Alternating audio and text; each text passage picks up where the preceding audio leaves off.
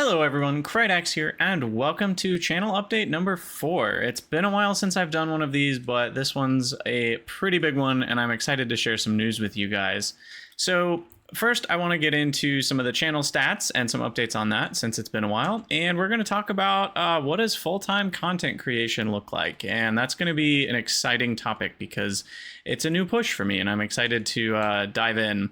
We're going to talk about the challenges and concerns that we might have, and then we're going to do some Patreon shoutouts and some info. So starting with the statistics, we're up to 5,500 subs on YouTube, which is crazy to me. The last time I did one of these channel updates, I think it was just a bit over 1,000. And the fact that we've passed the 5,000 mark is just incredible, and I can't thank you guys enough. We're up to 1,100 Twitch followers. There's over 1 million views on the YouTube channel, which is exciting. There's over 800 people on Discord now. 11 Twitch subs, which is a little bit lower because I haven't been streaming much recently. We'll talk a bit more about that. And 15 Patreon subscribers, and we'll talk a bit more about that as well. But what is full-time content creation? Why am I doing it? What's the reasoning? What's different? Have I not already been doing that? So for me, the big difference is whether I consider it a job or not. Recently, I've been doing a little bit less content creation. If you've been following me for a while, you know that there have been periods of more creation, periods of less creation, and that's because it's been a hobby. It's been something I do in, what I would consider my spare time. I've definitely devoted quite a bit of energy and time into it. I mean, I have over 500 videos on YouTube and many, many streaming hours. So many of you know that I've put quite a lot of time into content creation, but it still has just been a hobby. It's been something I do kind of on top of the other things I'm doing, and it hasn't been a thing that I've tried to monetize heavily, obviously with Patreon and Twitch subs and things like that. Like, I have been able to monetize a bit, and that's been really helpful, but it hasn't been intended to replace or support me in terms of a job. And it also hasn't been something I've considered internally in my mind to be a job. And that actually has some downsides, as well as obviously the upsides of it being a hobby, and that's fun. But there have been some costs to kind of just the lackadaisical approach, and that's part of why I'm pushing into full-time content creation. I've been thinking about it for a long time now. I mean, I've considered it for years at this point, and I've wondered, when is the time to take the jump? And right now is a good time, partially because I have the capacity and the time to do so. And the main reason is I know if I got a couple years down the road and I had never tried to push into full-time content creation and see if it could work, I would be frustrated. And I think that's one of the best reasons to do something, is if you know you're going to get down the road later and regret not having done it. And I'm pretty sure that's where we're at with content creation. And so that's one of the main reasons. Obviously, some of the other minor reasons include, like, my fan base or viewer base has grown quite a bit, and so there's a larger possibility of the financial component working out. There's a larger amount of experience under my belt in terms of what works and what doesn't. I'm a bit more comfortable. I've been comfortable for a while now. I've been doing this for over 4 years, but I think I feel ready to try this, and it might not work, but that's okay, because it's something I'm trying. It's not something I'm, expecting 100% success rate. So a quick overview of what I think full-time content creation is for me is bringing in more consistency and volume of videos. There have been a lot of sporadic seasons for me in the past, and that's because it hasn't been my job. It's been a hobby, and I haven't been able to commit to, I'll do X, Y, Z. And I've tried a little bit before to commit, but because it's been a hobby, it's been something that's easier to put on the back burner. And so making the push to full-time content creation brings a lot more of that consistency that I, as a creator, want you, the viewer, to have. It also brings more accountability and transparency. So I'm communicating more with you what's going on, and you're, being able to keep me accountable to actually producing those things that I say I'm going to produce. Obviously, there will be more engagement with the community, and monetization is a big part of trying to push towards full-time content creation. We'll talk more about that in a moment. And then there are a few challenges and concerns that I already have, and you may have as a viewer, and I want to address some of those, and we'll talk through that. So the first big topic is the consistency and volume. My initial goal, and a few of these things are a bit fluid, but this is a good starting point for me, and I can figure out more as I go, kind of how I want to shift these numbers, maybe sometimes it's more on the YouTube end and less on the Twitch end. But I want to start with pushing into a decent amount of content for both. I don't want to kind of avoid Twitch for a long time, and I don't want to only stream on Twitch and not make any YouTube content. I think there's a viewer base for me on both platforms, and they offer different things to viewers. A lot of you are on both, and you watch both of my content streams. And also with the YouTube live, now I can stream to YouTube as well. And so when I live stream, I will be just live streaming. I'm planning on not uploading my Twitch streams as YouTube videos, which I know is what I've done before for things like Factorio videos, where I would stream it and you guys would hang out and I would kind of start an episode and then play for 45 minutes or an hour and then end the episode. And then I'd, take a break and keep streaming and then record another video. I'm not going to be doing that anymore. Part of this is because streaming to YouTube Live allows for those videos to be on YouTube already. I don't need to do any editing or modification. Those videos are there on YouTube, or the full streams are there on YouTube, and I will just be able to let that be the VOD. And so if people don't catch the stream, they can just watch it on the YouTube Live section. And I also want to focus on my crafted content, my edited content, to actually be that. I don't want it to just be a flat recorded, 65 minutes of gameplay. I want there to be a little bit more going into it. And there still might be, some series that are low edited and it's mostly a 1-for-1 playthrough, like as in I play 1 minute, you get to see 1 minute. There will be YouTube playthroughs that are closer to that. And then there will be YouTube playthroughs that I actually want to heavily edit and potentially do some larger, like I play a whole game and then I make one video about my experience with it. I want to experiment with some things. So we'll see. But my point is the YouTube videos are going to be straight to YouTube and they're not going to be pulled from stream content. So this will be 7 separate pieces of content per week.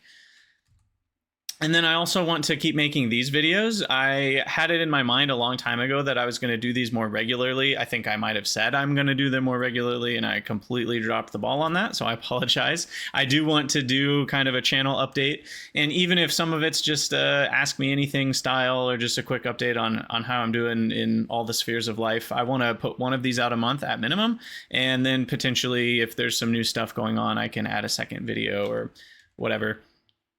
And like I was just talking about, I want to experiment with new formats. And that's part of the nice part about going to full-time content creation is I have a little bit more time to put into kind of like pet projects, as in, like I was just saying, I play a whole game and then just make one video about it. So that's pretty exciting because I can try lots of new stuff. So let me know in the comments what types of content you think would be interesting to see from me. There's still a lot of question marks in my mind about what exactly I'm going to do with all of this. And so there's not a perfectly solid, like, I'm going to make 3 of these videos in this month, and then I'm going to make 5 of those types of videos. And like, I don't have that planned out.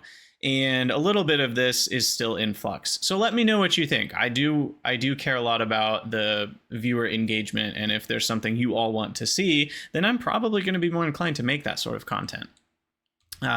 Some of the formats I want to try out is, like I said, a game review where I play a game and kind of review it. More guides and tips videos. I've already done some with, the rail signals and Hellmod. I made one for Factory Town that's gotten pretty popular over the years. So I want to put out more of those. And again, if you have ideas for things that would make a good tips and tricks videos, let me know. And then I also want to do more Let's Try series on YouTube where maybe I only play 3 to 5 episodes of a game.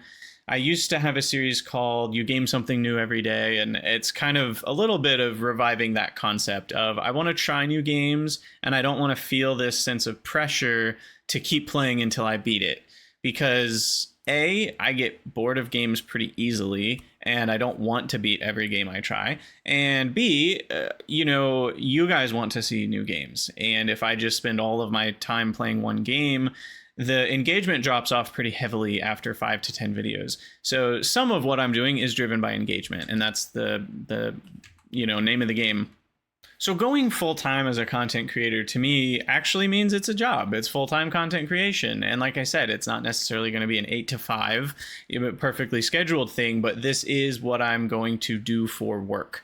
And that means I need to consider it work, and I'm going to be transparent with you about the content I'm going to create. And if I fail to deliver that, then that is a failure at my job. It's not just, oh, I wasn't feeling it today. And I actually believe that's a healthy pressure. It's not good if I'm abusive to myself about it, if I've, failed to create 4 videos and instead I make 3 or something. But there is a healthy amount of pressure that I'm actually excited to have, so that I'm pushed to make the amount of content that I want to make. And turning it into a job allows for a bit more of that healthy pressure. And also for you as the viewer, you should know what you're going to get if you support me, as I'm obviously going to think a bit more about monetization with a push to full-time content creation.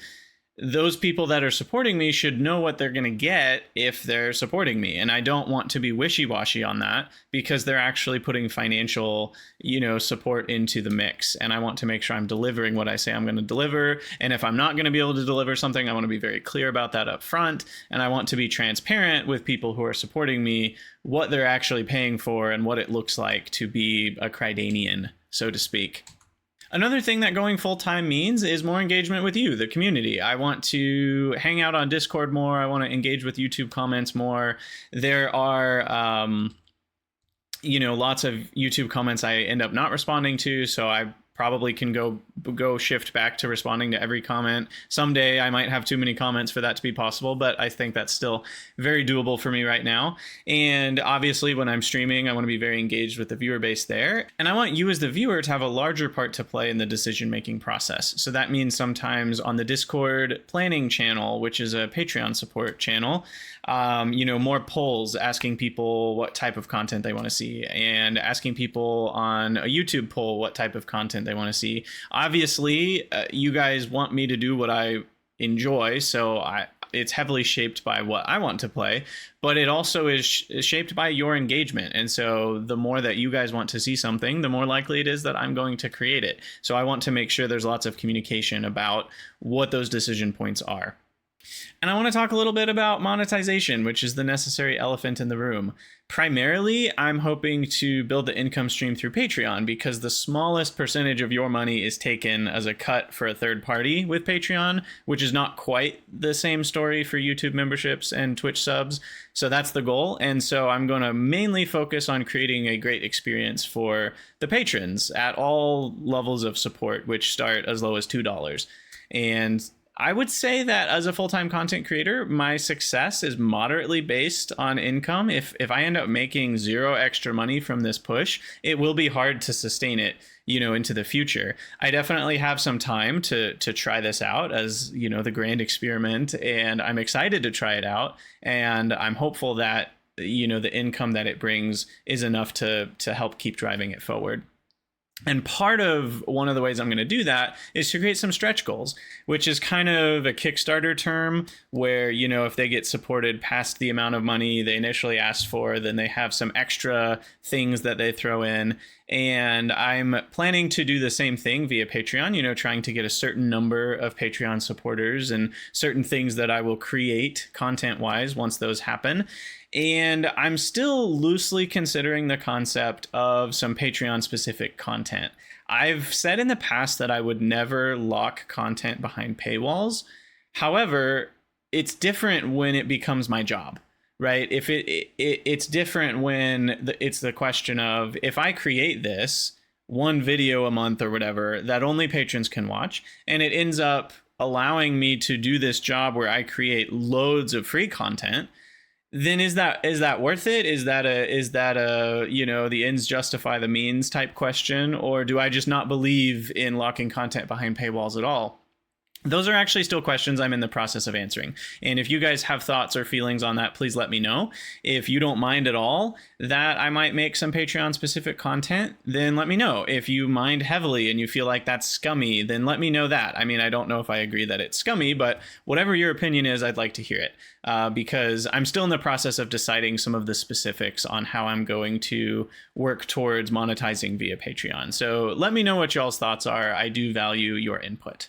And with Patreon, another thing that I want to kind of reignite is integrating the name randomization into the games, which is one of the reward tiers, and being extra careful to do Patreon shoutouts and just making sure I'm delivering on all of the different membership rewards that I have listed on Patreon.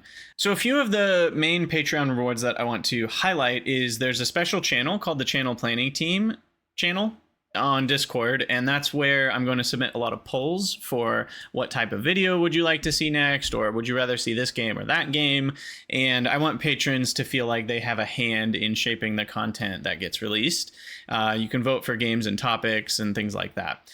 Another change is the name and credits has gone from the $10 tier to the $5 tier. I just want to make sure everyone feels recognized for their support, and the $5 tier is a good place for that, I believe. There are some other benefits to the higher tiers, and you can head over to patreon.com/Krydax if you want to read what those are. And the last thing I want to mention to you, the viewer, is evaluate if you're getting your money's worth. If you're feeling like you're not getting the value that you're paying for, then unsubscribe. I have no hard feelings for that. If you feel like you're getting more value and you would like to pay more, then please feel free to upgrade your subscription. I have no need to beg you to pick one thing or the other. I believe you are the wisest person who knows what to do with your money, and I trust you guys to make the right decisions with that.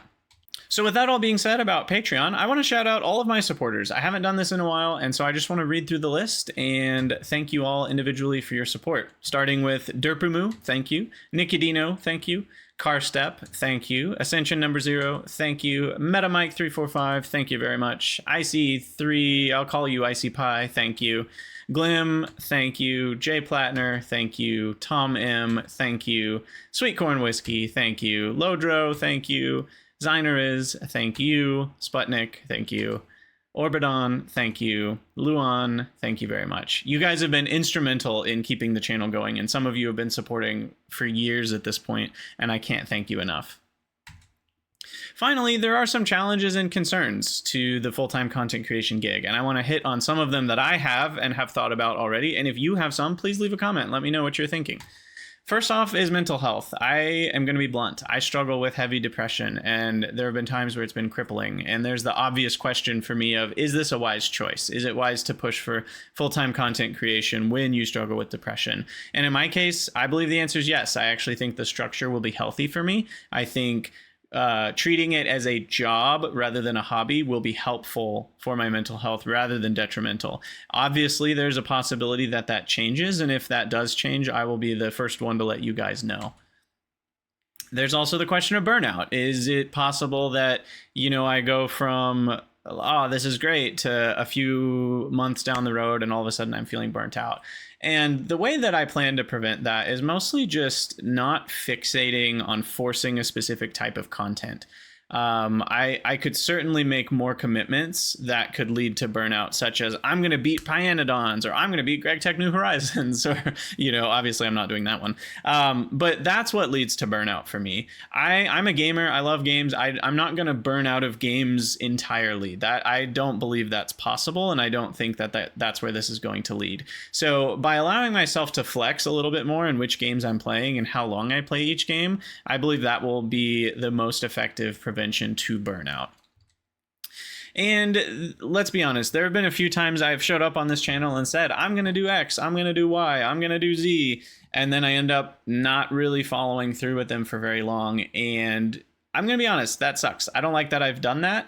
But the reason is it's been a hobby. It's been something that's felt flexible in the background. And to some level, that's been good. It's been flexible because it needed to be flexible. But by going towards a full-time content creation gig, it's no longer as flexible. And that's actually one of the benefits to me, I think, for my, like I said, my structure, my mental health, my approach to this will be different as a full-time job. And I think that's actually really helpful to the commitments that I'm making in terms of how many videos, or, depending on what we say down the road, like how many streams on this day or which days I'm streaming, things like that.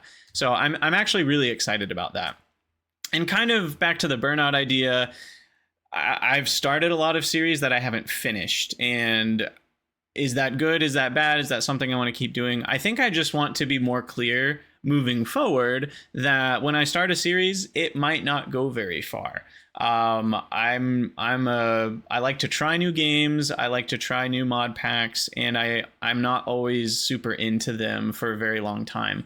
And I think what I want to be careful of is not making commitments like, oh, I'm going to play Pinodons for 100 videos, and then I end up really not enjoying it 40 videos in. That's a problem. And to avoid those, I'm just not going to let myself be put in that situation where I've made that commitment. And this could have viewership problems. Like, I don't know, some of you really like the longer series, and you're not going to love if I just bounce from game to game to game. So I certainly will do longer series when and how I can. I just don't want to commit to forcing myself to do a really long series when I don't really know what my interest level is going to feel like, because I do have a shorter attention span with games. And sometimes I go from really loving a game to I just have no desire to fire this game up. I can go from one to the other pretty fast.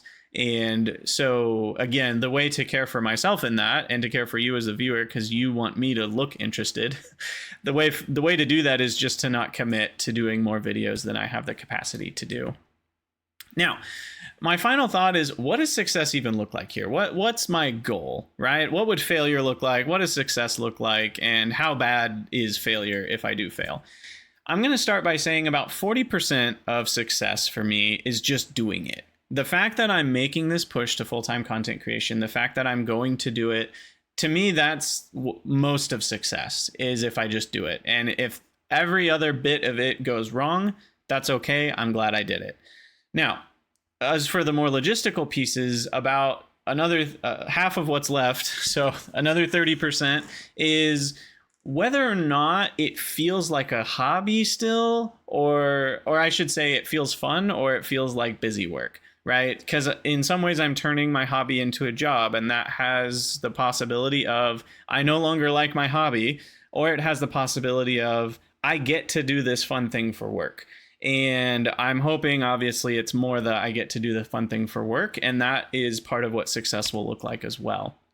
And finally, the monetary part, that I would be lying if I said that didn't matter, right? If that's more successful, that does help, and it helps me go further with this, and it helps me know, that there's more possibility of it being successful in a longer term sense.